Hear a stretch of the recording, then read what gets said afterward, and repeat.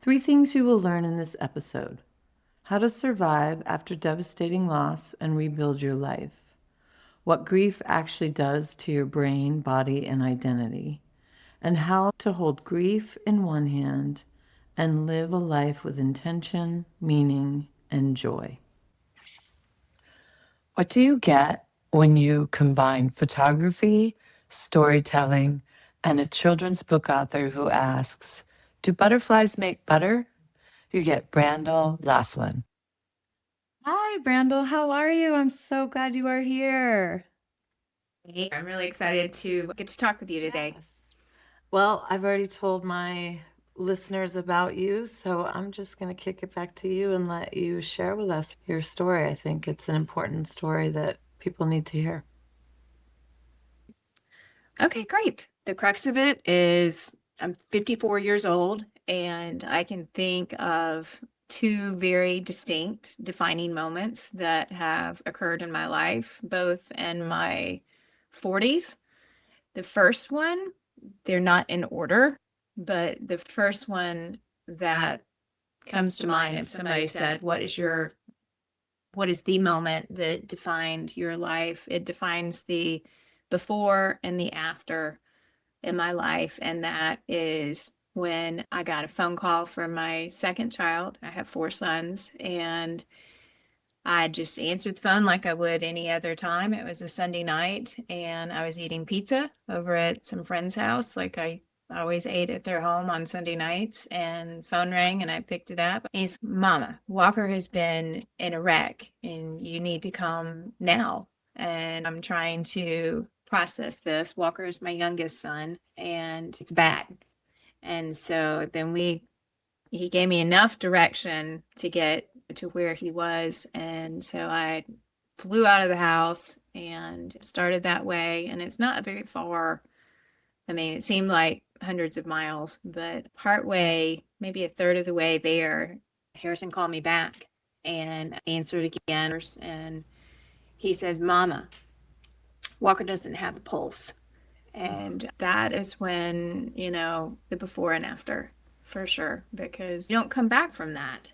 And I remember very vividly just screaming at the top of my lungs at him to get down on his knees and pray harder than he had ever prayed in his life. But it was the kind of thing I think I knew at that moment that I was too late hearing, Mama, he doesn't have a pulse. It's bad enough hearing it from anyone, but for your own child to have to deliver that news, it's not only catastrophic for me, but certainly for him. I got divorced about 9 months before Walker's accident, which was in August of 2016.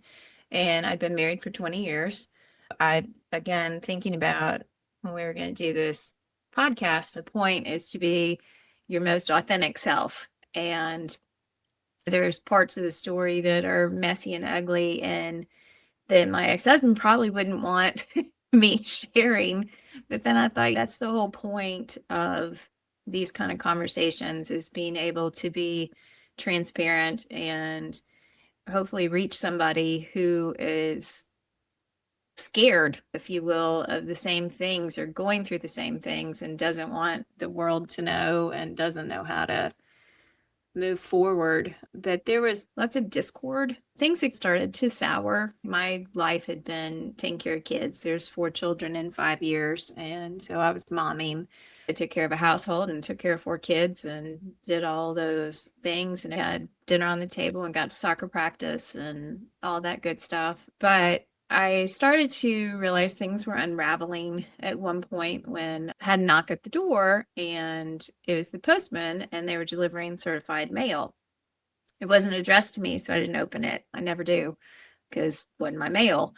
And I was actually on the phone with a friend at the time. They're like, that's not normal to get certified mail. They're like, you need to open that. So I opened it, and it turned out my mortgage was late.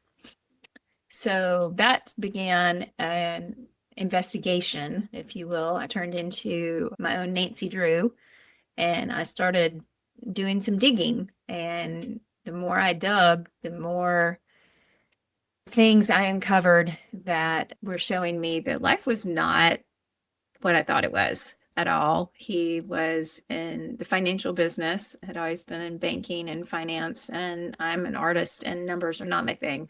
I don't like to do that. I just trusted that all that was getting taken care of, and I thought it was, but it was not. And defining moment number two, when it all came to a head, standing in my kitchen and we were having a discussion, and he looked at me and he said, I have been lying to you from day one. And I remember just standing there thinking, this is over. So there went marriage, there went everything that I thought that I had known.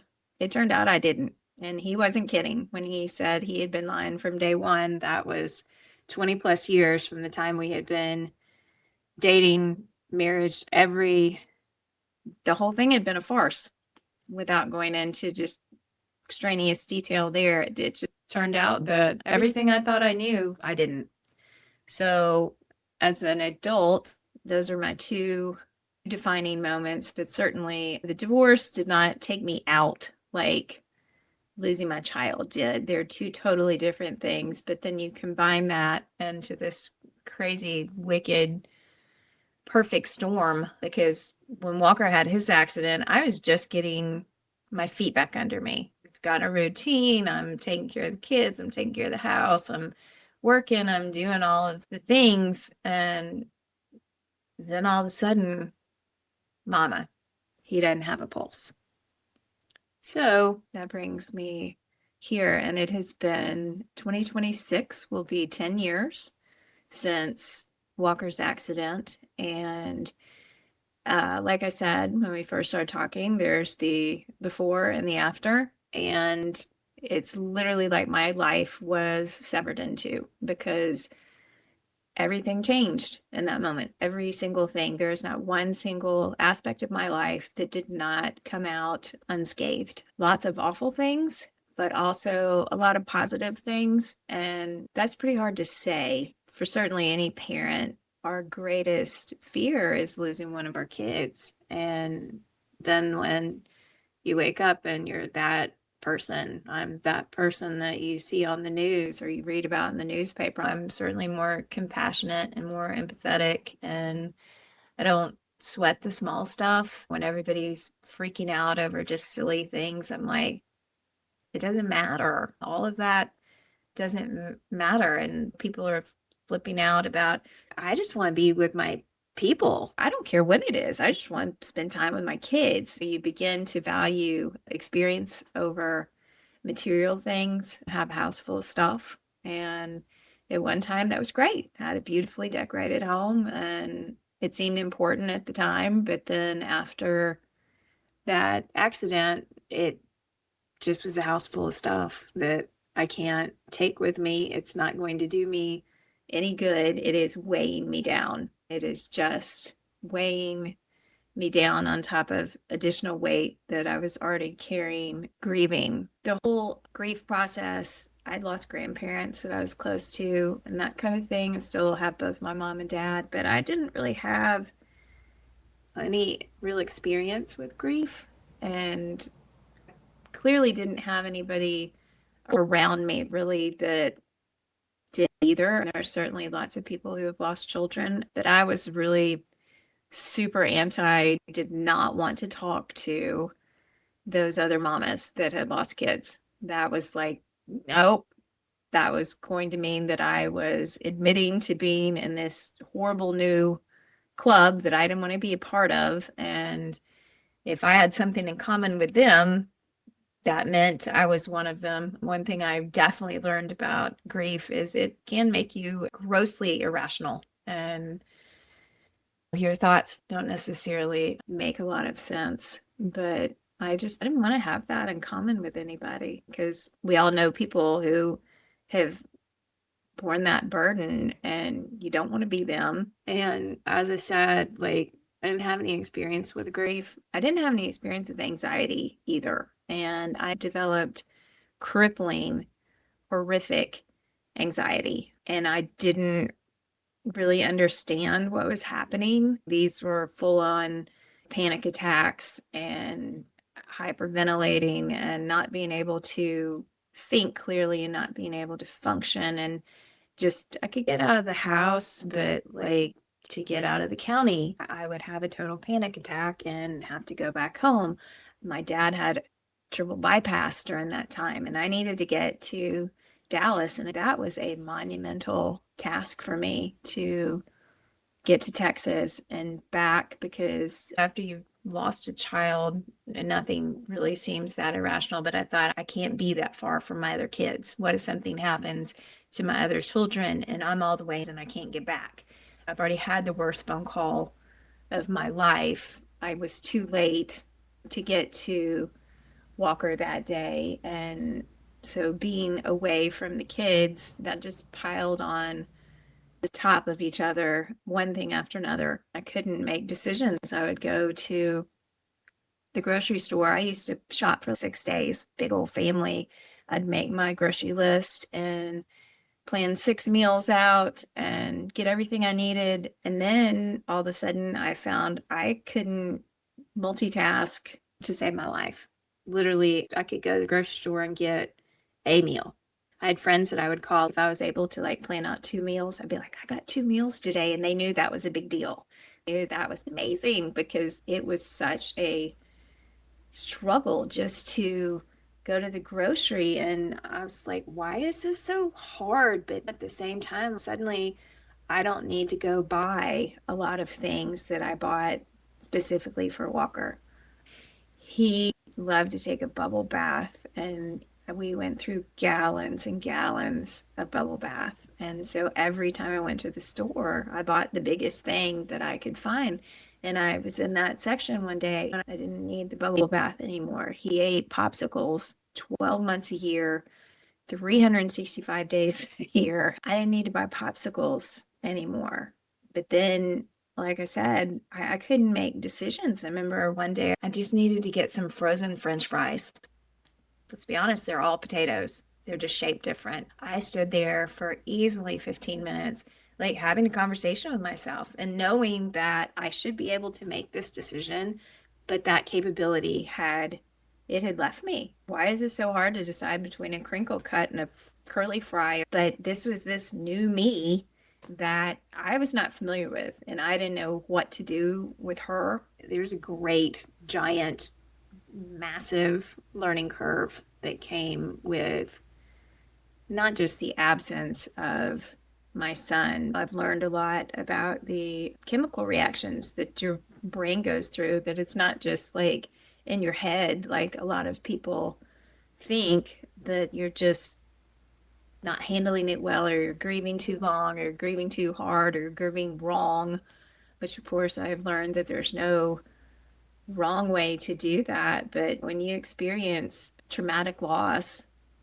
I developed PTSD. That was something I was not familiar with either. Still to this day, I startle very easily. You know, I mean, there's just lots of remnants that still thread their way through my life. And I had always thought, it's not a funny story, but it was poignant at the time. The night of Walker's accident, back at a friend's house, and people all descended like they do from church and friends. But everyone wanted to medicate me that night. And like I said, I'm just not a big medicine taker. I'm not anti-medicine, but I didn't want all that. And it was so weird, because all these lovely housewives who didn't seem to have very stressful lives and this kind of thing, they all were packing like some very potent medications in their purse. They're like, give her some Xanax. I don't want any of this. But the reason I bring that up is probably 13 months into this grief journey, I was just spiraling. I was circling the drain. Not to say that the whole 13 months had just been one continuous spiral, but I just got to a place that I can't pull myself out of this.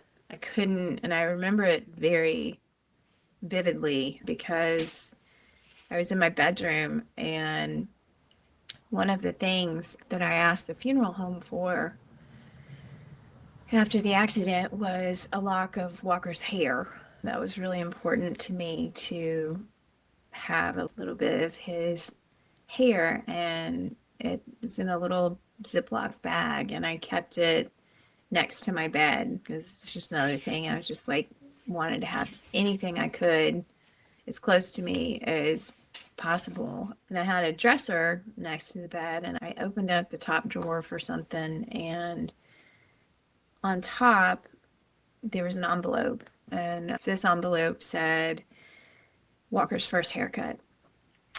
And I just remember standing there and I thought, oh my God, how do I have the unfortunates of holding his first haircut and his last haircut? I'm like, I'm not supposed to be doing this. He's 14. I was supposed to have more time, and I didn't get it. And I remember I leaned up against the wall and I just slid down like you see people do in the movies. And it was just dark. It was a dark place. And I remember just crying in a way that just your whole body just rocked with sobs, and you could hear myself, and it scared me. It was scary, and I understood in that moment too. Never have been suicidal, but I had a moment of clarity in that time that I thought, I understand how people kill themselves.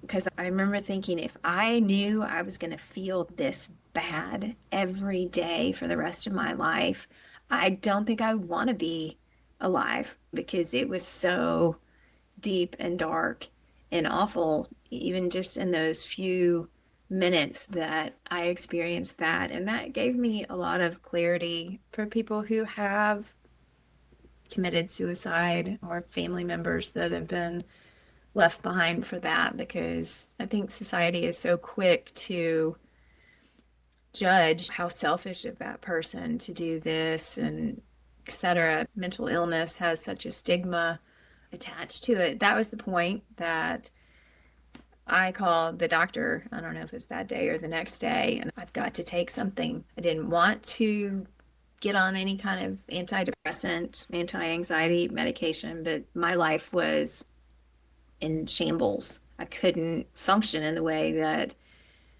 I needed to. She prescribed some Lexapro for me. It was just a 10 milligram dose, which is not very much. And it's funny now, but it wasn't funny at the time, because I was so worried about taking the medication that was supposed to alleviate the anxiety was giving me anxiety, because I was so freaked out that I was gonna feel different or not be able to feel, because I still always have wanted to feel those emotions. I don't want those hard feelings to go away. They soften, certainly. You don't want to feel bad every day, but I still wanted to be able to be me. Their solution was for us to cut this teeny tiny little pill in half, which obviously would make it a 5 milligram pill, and then we cut it in another half, so it was a 2.5. It's basically dust.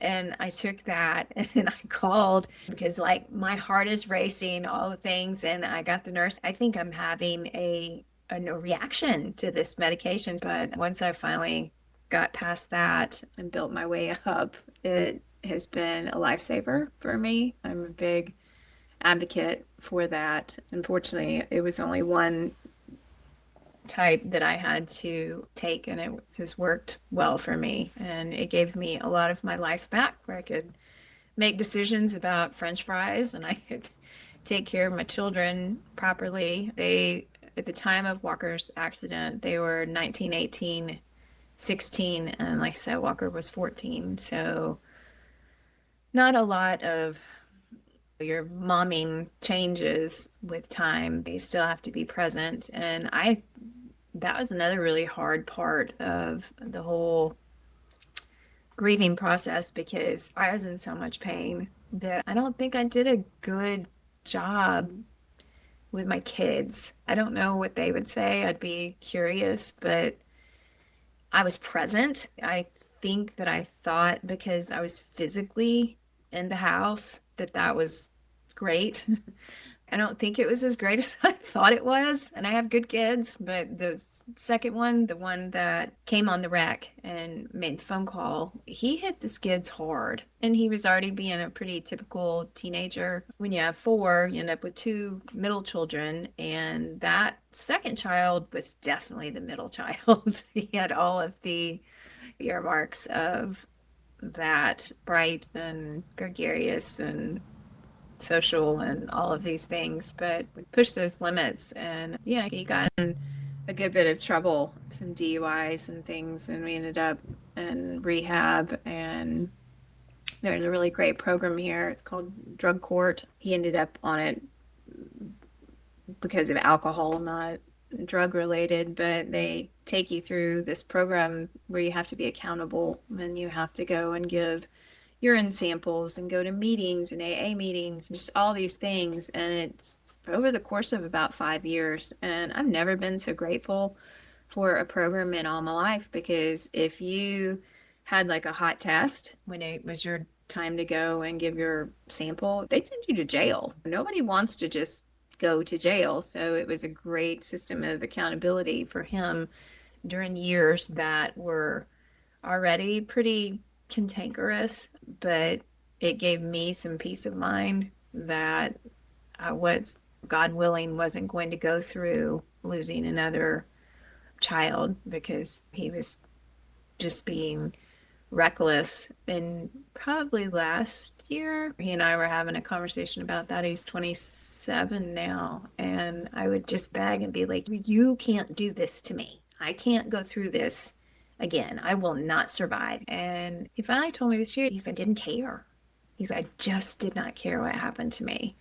And I know enough now, understand enough about grief and depression and all of the things that I didn't have the information about at the time, that he was really suffering. He was really struggling, but he is a great success story, and he has definitely come out on the other side, and it's running a great business and doing really well. And all the boys are doing great, and I'm super grateful for that, because in a short amount of time between the divorce and losing their little brother, there was two pretty big whammies for them. I was so overwhelmed with my own pain that I didn't really know how to take care of them. And at that age too, they're more, I think they'd probably rather talk to their friends and things like that. And they've told me since, they're like, we don't talk about it because you always cry. And I'm like, I'm always going to cry.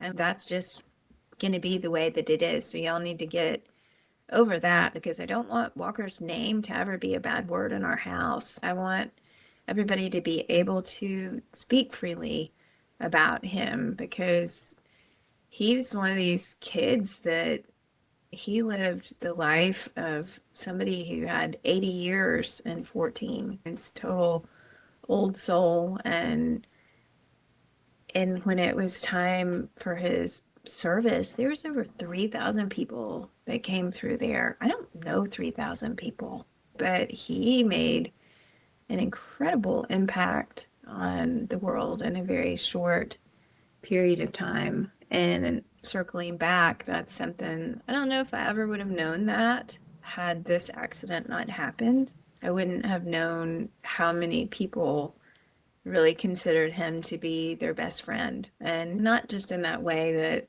everybody's obituaries and stuff are just glowing, but he really, that was one of his gifts. He made people feel like they were all his best friend. And he loved spending time with older people. I'm a photographer, and when I would have difficult little kids at the studio, I would call him and he'd come down, and he was so good with the kids, and they would be laughing and smiling. And after his accident, I got a lot of cards from people, and they're like, I'll always remember Walker coming down to the studio and helping and all these things. He was just very charismatic. And like I said, he did a lot of living in a short amount of time. I wonder how much grace you give yourself, because you've said that you didn't do a great job having presence for your boys, right? You were present, but did you have presence? And you were grieving the loss of your son. So of course you're going to bang up against that. That is every parent's worst nightmare, right? So for me, I feel like who can carry both of those spaces at the same time, right? How do you grieve at that level of devastation and yet continue to show up in the same way you did before for your other boys, right? So I hope that you give yourself grace for those moments. Harrison, he was the one that witnessed, right? And made the phone call to you. Yeah. He did not actually witness the wreck, but he was driving the same road and came up on the wreck. I would imagine he had some level of PTSD, that he had that as well on a different level, right? And hot on the heels of you separating with his father, I mean, that would send any kid into a tailspin. And I'm really glad to hear that there's such a program. So where do you that you have such a great program like that? I'm in Oxford, Mississippi, and one of the judges here developed that particular program, and it was really, Harrison may have some different opinions about it because I know he was not in love with this squelching of these years, but like they say, boys don't, their frontal lobe's not developed completely till they're 25. And I was like, if I can just get him to 25. He graduated from the program at 24. It was really a lot of things just fell into place, if you will. He was able to work, and he worked for a construction group that both of the owners had also gone through the drug court program, and they only hired people who were in recovery. So you were surrounded all day long by people who were living with the same experiences, and some of them were still actively in the program and some had just stayed and were just working. But that ended up being a jumping off point for him to start his own business, and now he is absolutely thriving in that capacity. I could not be more proud of where he has found himself, but he worked really hard. They could look at nationally to roll out would be nice, wouldn't it? Yeah, I don't know if they do it other places or not. I don't know if he would have agreed to that, but I was really thankful for it, just because, like I said, it gave me peace of mind that I didn't have otherwise, just because, again, I'm so hyper focused on what if this happens again. And I had always said before this had happened, I was like, if something happens to one of y'all, you can just dig 2 holes and throw me in the other one because I won't survive. And here I am surviving what I said I could never survive. But life's funny that way. It's not like I've really got a choice. I guess you do have a choice in your attitude. Grief is certainly not linear. It is the big old tangled ball of yarn and changes all the time and attacks you when you least expect it. Holidays are always hard because you just always feel that absence. And I sit around and all the kids are here and I'm just like, I just wish so bad I had everybody in one room. And now I look at certain pictures and that's the last picture I have of all of us together. That's the last picture I took of Walker. Again, it's the before and after. And the early to mid years of grieving I refer to as halftime, if you will. You're playing a game. It was the first half, halftime, and then the second half. And that halftime, you're working on that playbook. You're trying to figure out what you're going to do better in the second half. How can you up your game and start living again? Because that's hard to do, because I've felt, and I think a lot of people do, the first time I started to laugh or smile, I was so conscious of that. And what business do I have being happy? My child's in the cemetery. It would just take me right back. And something I did learn is if I'm having a bad day, I did absolutely learn to give myself the grace and the space I needed for that. So if you had called and been like, let's go to dinner or whatever, I wasn't going to feel bad. It was okay for me to not be okay.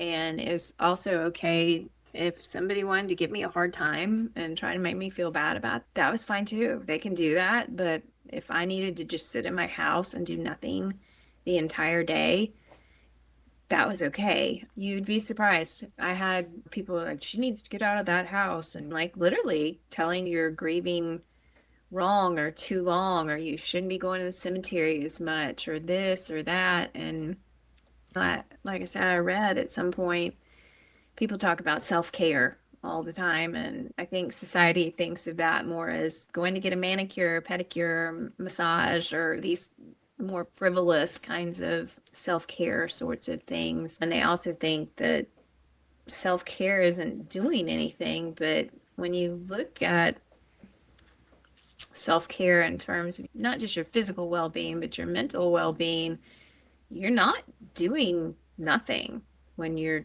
caring for yourself. You're caring for yourself, and that's pretty important. Yeah. So if I needed to sit and do nothing, I was actually doing something, and that was taking care of me. And I learned to be fine with that. And I learned to say no. And I learned to always have an escape route. Always, for years, I wouldn't go anywhere if I didn't have my own car, because I never know if I'm going to need to just pop up and run out of this place. If you have people shooting all over you, I mean, that's not anything, right? What I should and shouldn't do, right?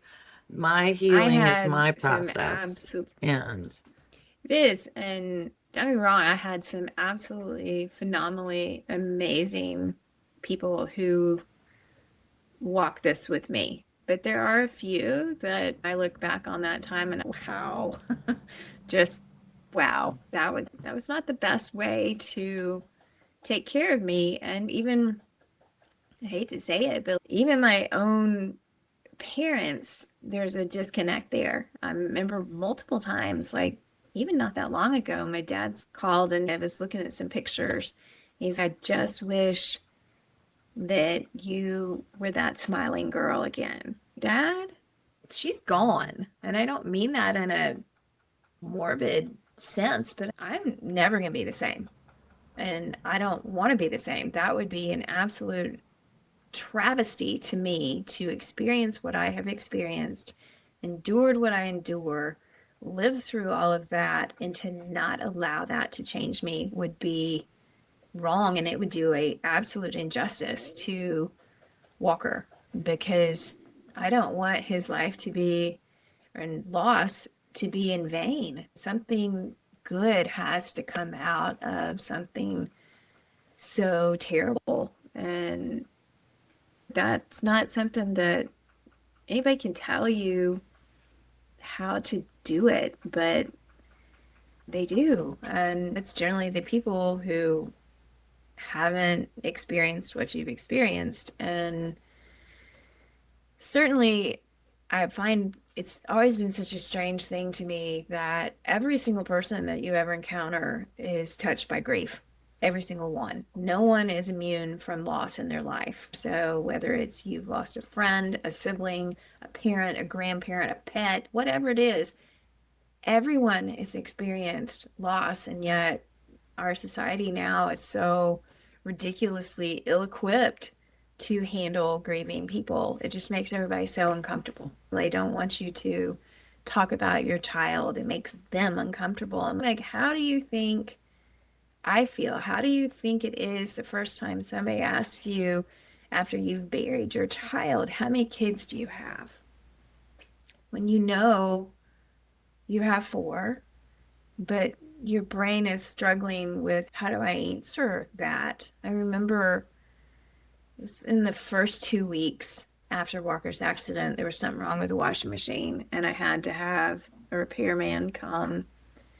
And when the kids would come home, they all wear boots, and So coming into the house, the back steps and the garage, there's littered with boots. It looks like this looked like I had 20 kids.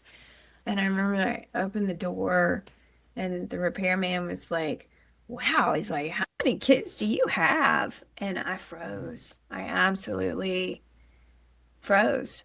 I was completely paralyzed and I couldn't hardly get the words out. And I'm like, I have four.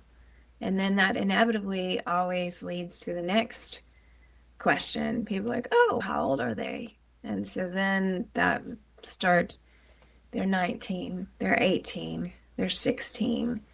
And then I had to learn how to say, and my 14-year-old was in a fatal car accident, which I thought I'd never be able to get that out of my mouth without crying. But I'll never forget that because it was the first time that I had to answer that question. And that's always, it's just hard because saying you had three denies that child's existence. And that's not something I'm ever willing to do. And I'm so sorry for the person who stops me and says, oh, how old are your kids? And then I have to explain all of that. And they're like, wow, I got more of that conversation than I wanted. It's also Sorry, one of not those sorry. things That's the that reality. I'm Yeah. not, it's the reality. It's my story and I have to walk it. And I want to own that because just like for things like this, what if me saying that at the grocery store when the checker asks me, what if she's got a friend who lost a child? Or what if she lost a child? What if there's some way to connect? Because people who've had child loss, we seem to find each other. It's a weird network, but you just understand each other in different ways. And it's always not funny, hot, but like I said, of course, I mentioned that I got divorced and all that. And then suddenly I'm thrown into this child loss situation and missing my child. And at the same time, I was like, I can't imagine being with anybody who didn't know Walker because that was such a huge part of my life. And how could I have someone in my world that close to me who couldn't understand and didn't know him? And in 2015, I did some photography work for a chef here. He had hired me to do some food photography, and we met then and then never talked to him again. And of course, Walker's accident was in 2016. And then in March of 2017, that man, his name's Joel, one of his children was in a fatal car accident when he was 9. And I learned, it's one of the things that I learned when people experience loss. I don't like to reach out right away because everybody's so overwhelmed.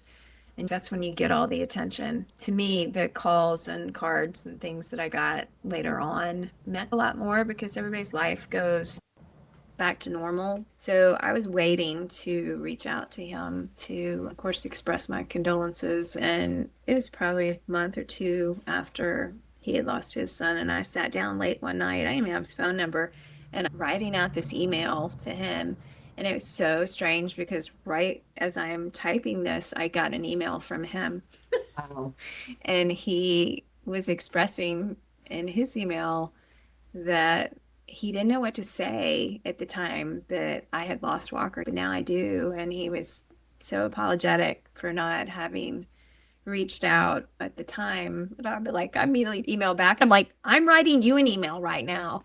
You're like, stop it. Anyway. I've done mine first. But then you fast forward the years after that, we would just randomly check in every few months, just how are you doing in this walk and all of that. And then in 2021, he checked in and I was like, hey, my grief support group starts next week if you'd like to come. And he came and we've been together ever since. It's been 4.5 years, but the whole point of my long story is now I still share my life with somebody who understands. He didn't know Walker and I didn't know his son, but it's a horrible thing to have in common with somebody.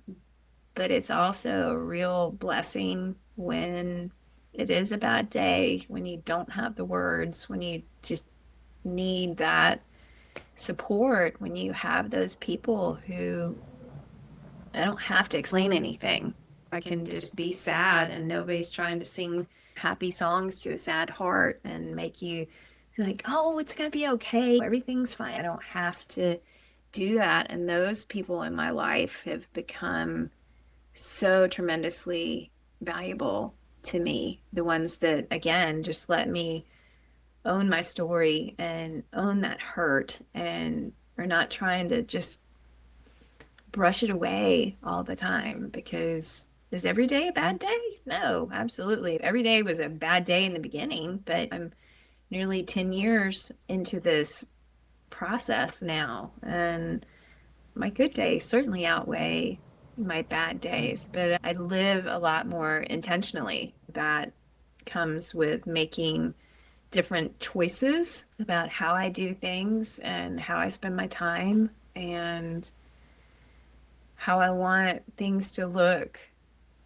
moving forward, because I say it a lot that I want to live intentionally, not in spite of what happened to me, but because of what happened to me. I want not it to just be this random product of this happened.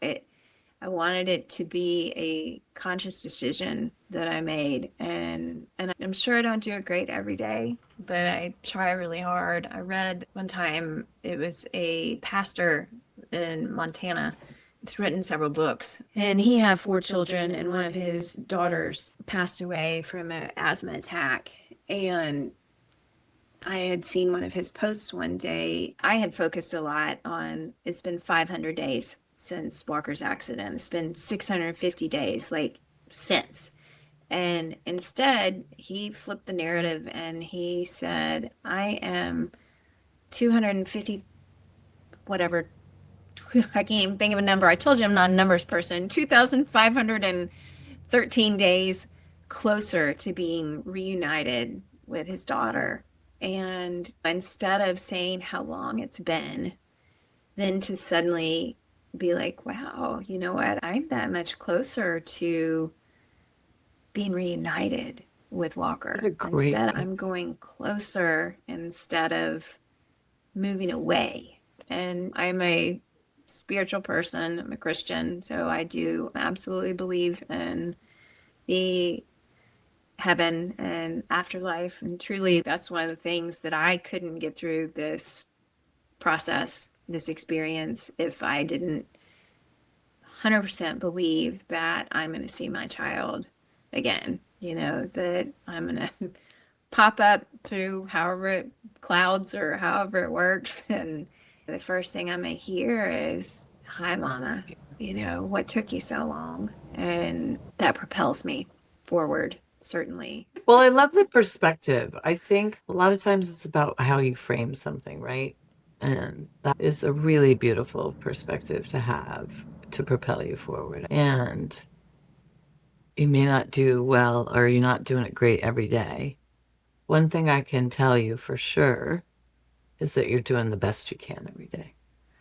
And that's all you can do. And that's okay. It is okay. Like, I don't beat myself up about that. I don't beat myself up if I'm sitting there crying. I wept my eyeballs out in church Christmas Eve. That was Walker's favorite service. We had the candlelight and all of the things, and he just loved that. And I don't know, there's something that is always so emotional about that. And I was just dissolved, but I didn't make any apologies. I didn't tell anybody I'm sorry. That's how you heal, right? Your body has through. And so that comes in the form of tears. It comes in the form of laughter. It comes in the form of, you know, not doing anything and curling up in a ball and just saying, this is what today is, you know, it's just part of the process, and everybody has their own process. It's an admirable thing from like the Victorian times when people were allowed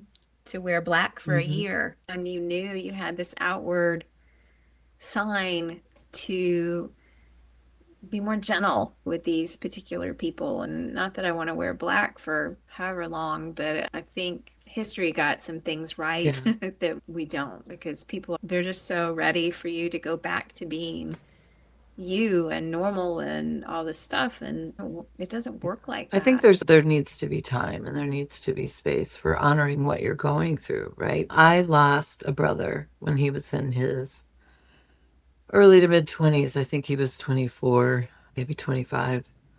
But what's interesting, because is to think about how old he would be now, because he was 8 years younger than me, so he would be 47.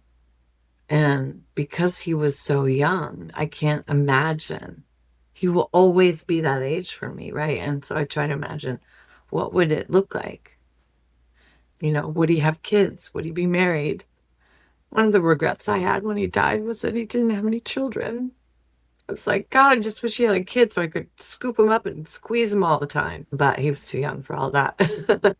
But it would have been a pleasure to have, you know, a little him roaming around in the world. I think that I look at the brothers, because like I said, they're all so close in age, and I wonder, would he look like? He was my farming kid, and he would still be on tractor if he had his druthers. Now he'll be 24 next year, and like you said, that's hard for me to imagine, because now enough time has passed that you don't look like you did at 14.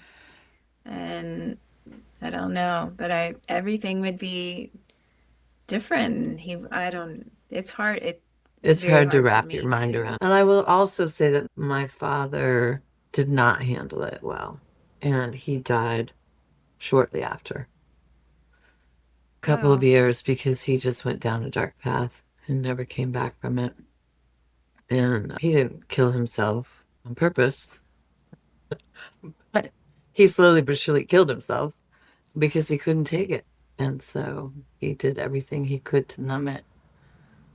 So it's hard, but it's not impossible to get through it. No, it is definitely not impossible. Yeah. So before we jump off here, give me a couple of examples of what you feel like changed positively for you afterwards.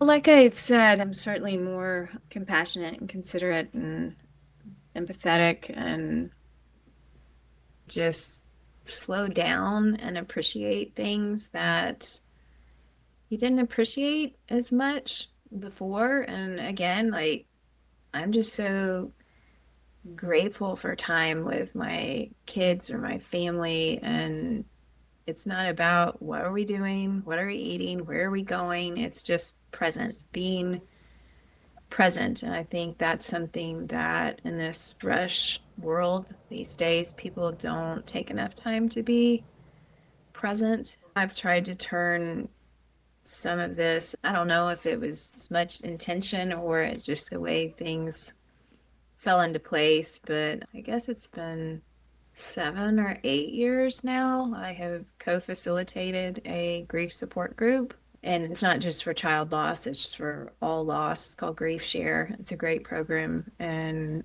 the other woman that I do that with each week, she's lost her husband quite a while ago, but then she lost one of her kids to suicide. And we have used our experience to try to help others limp along the way, and that's been rewarding. And it's hard too, because it keeps, which I like it keeps my feelings fresh. And that may sound weird, like, why would you want to keep that hurt that close to the surface? But for me, it's just a reminder that Walker lived, Walker still lives.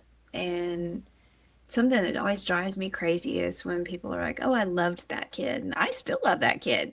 There's no past tense for me. Right. Just because he's not here where I can touch him and feel him and talk to him does not negate, it did not diminish or take away the love I feel for him. It's just in a different form now because I can't mother him in the way that I used to. There's no past tense. I try to be a good steward of my gifts and my experience and sharing Walker, not just for my own therapy, if you will, but because I know that along that journey, somebody else hears something or sees, oh, wow, she's 8 years in and she's doing things. I 100% knew in those first few years, I was like, I don't know how I'm ever going to be happy again. I don't know how I'm ever going to do this or do that. And slowly that creeps in. And I learned that you can hold grief in one hand and joy in the other, some equanimity in there, which is really important. I'm using this year, 2026, because like I said, that will mark the 10 years since his accident. And I've lined up some challenges for myself. Not that making it through the last 10 years wasn't challenging enough, but one of the things that I'm going to do in August, I'm going to end it on the day of his accident, but I'm going to Spain to walk a portion of the Camino de Santiago. I don't have 40 days to go walk, but I'm going to do 200 miles of it. And I'm really excited about that. So I will complete my 200 miles on August 28th. And it looks like I'm probably going to be doing that by myself just because not everybody can take 2 or 3 weeks off to go do that. And while that seems daunting, at the same time, I'm really excited to do something hard. Something hard in a different way. Yeah, I'm super excited. That was one of my Christmas gifts from my significant other. Got me this really badass camera bag backpack thing that I can walk with. I know lots of people have symbols or signs that they feel like from their loved ones, and butterflies have always been our thing. And I am going to do the trek to get to where the monarchs migrate in Mexico, and it's at 11,000 feet elevation, so it is quite a strenuous activity to get there, but I'm looking forward to that too, and the pictures that I'll get to take. I'm super excited about that. I'm just trying to line up some stuff that really is very personal and hard, but enjoyable, like the good kind of hard. When you think you can't do something and then you find out you can. It's poignant as well because when I went into labor with Walker, I drove myself to the hospital. My water had broken and I was in labor. Of course. I drove myself to I'm the surprised you hospital, didn't come and I had flying that baby out by myself. while you were driving. They come. Yeah, and it was, there was no time for drugs or anything. Once you've had some natural childbirth and then also done it basically by yourself, that was really special. So maybe it was the beginning of lots of high quality hard things. I don't know, but I'm glad to be here and glad to be still doing life and have found a way to do it that honors him and just takes it to a different level. Until 2022, I had not been on an airplane in about 15 years. Just anxiety and 9/11, just all these irrational things. And with 4 kids, it just made more sense to drive everywhere anyway. But then finally I was like, okay, I'm going to do this. And I got on a plane, and I've gotten on a plane a lot since then. I've flown across the Atlantic multiple times. I've gone to countries I never thought that I would see. And now I'm going to jump on a plane all by myself and fly to Spain and walk 200 miles. It's very liberating to not just in the eye of grief, but also coming out of divorce and all those things. And I have no regrets about that. Let me make that very clear. People are always like, I'm so sorry. I got divorced too. I mean it ugly. Yeah. I do not mean that ugly, but I'm a much better person now. Yes. I agree with that. Life is better. So It's all good. Good for you. I think that sounds amazing. And a great way to honor him too, right? And honor yourself and your healing process. I think it's beautiful.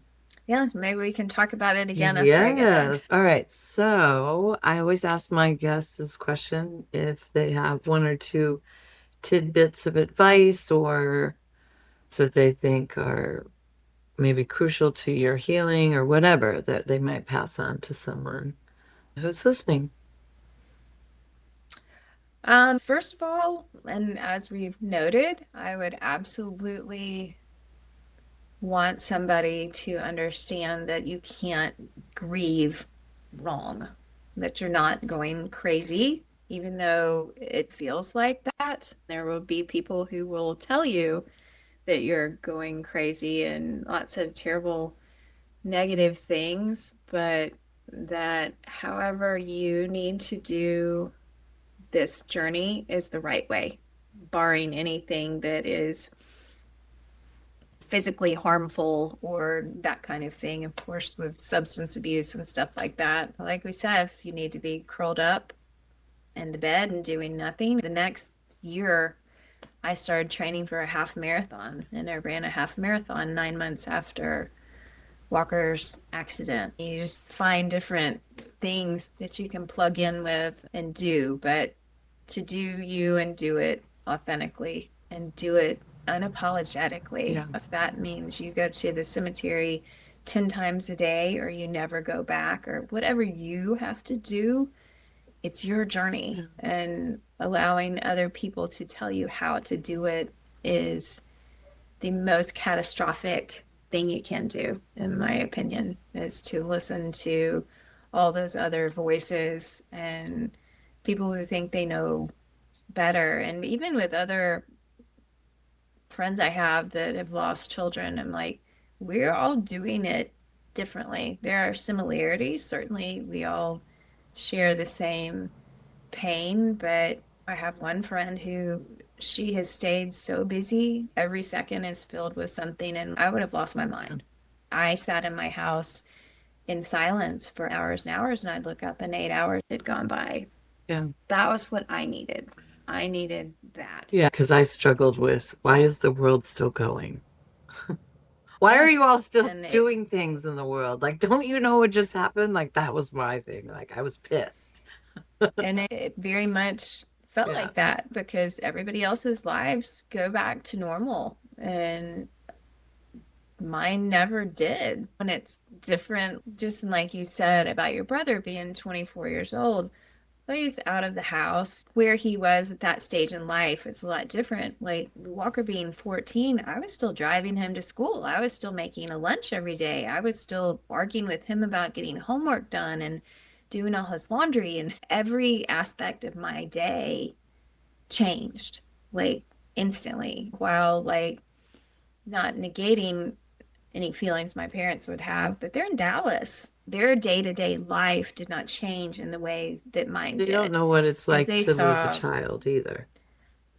And so it's easier to compartmentalize for them, but instantly everything about my day was altered. Not just my life, but just that day-to-day routine that eventually you get them out of the house and you go to college and you have this transition, but I didn't get that. It was the before and the after. It was the mama, he doesn't have a pulse. And I think I ceased living in that moment too. And really, probably for a long time, just because it wasn't that I didn't want to, but just how do you do that? How do you navigate this new life that's missing an appendage? Yeah. It's not the natural order of things. When I got pregnant with him, we had talked about only having 3 kids. I wanted 4, and then the joke was on him because I was actually already pregnant. It wasn't intentional, but I was already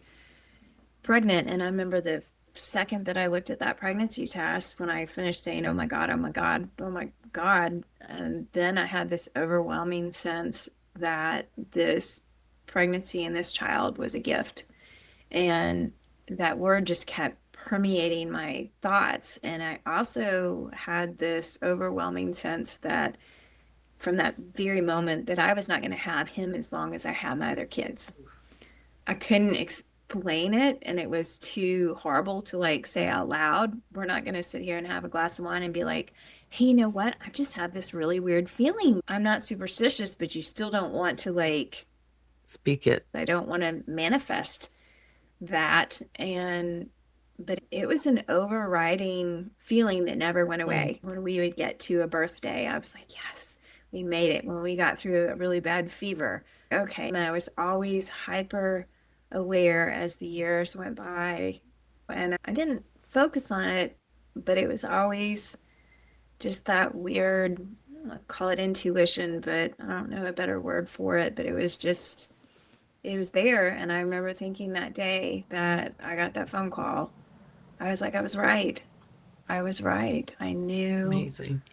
all along. And I think partly that's why he lived the way that he did, so large and so just big, taking on the world and doing as much as he possibly could in those years. I look back at photos that I've taken. The kids are super well documented, and a lot of times by the fourth one, parents have put the camera away and kids are not as well covered. And I have just as many and probably more pictures of Walker than I do the others. And I think that's somewhere in your subconscious. You just know. There's a quote, and I always get it wrong, but it's something to the effect of, if you want to see what someone fears losing, look at what they photograph. And I remember when I read that, I was like, wow, you can clearly see that somewhere in my brain, I was worried about losing my kids. I will tell you that when my daughter was born, I also felt she was a gift, and she was my muse because, yeah, I was worried about losing her too. I wasn't worried Yeah. about losing her in the same way that you did. I don't know why, because I certainly didn't feel that way with my other kids. Never had the slightest concern, but it was instantaneous. And Wow. I remember telling somebody, finally saying it out loud that night. I was like, I knew. I've always known. I didn't know when, but I always knew. And I would have loved to have been wrong. I wish you were wrong as well. But this Yeah, and me what too. he was meant to do in this world is still at work. And that's one thing I have. Oh, When he was little bitty, he was like not quite 3 years old, and I was working in the yard, and he just toddled up one day, and out of nowhere he said, Mama, do butterflies make butter? And I thought that was the most wonderful, curious question. And I scooped him up and came in the house, and I sat down and I wrote this book, which is right here, Do Butterflies Make Butter? And I sat on the manuscript for 20 years. And last year I finally was like, you know what?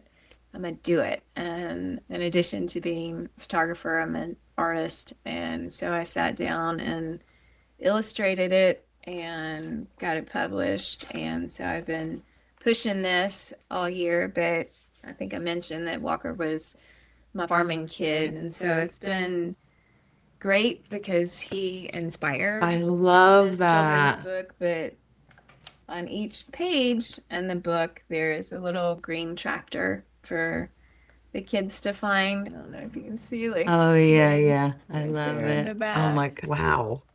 But it's been fun to, every time I've gotten to go read, Yeah. I've gotten to talk about him. Yeah. And the kids always want to find Walker's tractors. And so that's been awesome. So we were in Paris. Wow. Tractors up by the Eiffel Tower. All of Well, and that. it's talking about them and sharing them that with other people that's them alive, right? Inside of our hearts. It is part of his legacy, and it's been great to get to share that. Of course, I mentioned him in the dedication. Every person that reads this book gets to just know a little bit about him, and you don't want them to be forgotten. And so having that book floating around out there is one way that I can ensure that he's not forgotten. Yeah. And I'm really grateful for that. I will be purchasing that. That's a great story. I love it. Buy some Butterflies Make Butter. So it's been good. Yeah. Well, thank you for coming on today and sharing your story with me and with listeners. And yeah, it's a big one. It's a heavy one, but it's a good one. Thank you so much. I value vulnerability in all my relationships so much more now, because I'd rather sit and have hard, meaningful conversations than a lot of just silly fluff. What's the football score? Blah, blah, blah, just silly things. I'd rather tell me something hard. Tell me something that we can connect over and share in a way that humanizes us, instead of all just trying to act like life is perfect. I write a lot, and that's one of the things I continually put out there about this grief journey. And it's not always just gloom and doom and I'm so sad. It's a lot of stuff I've learned, and reminding people that to walk gently in these lives of people who have not just lost kids, but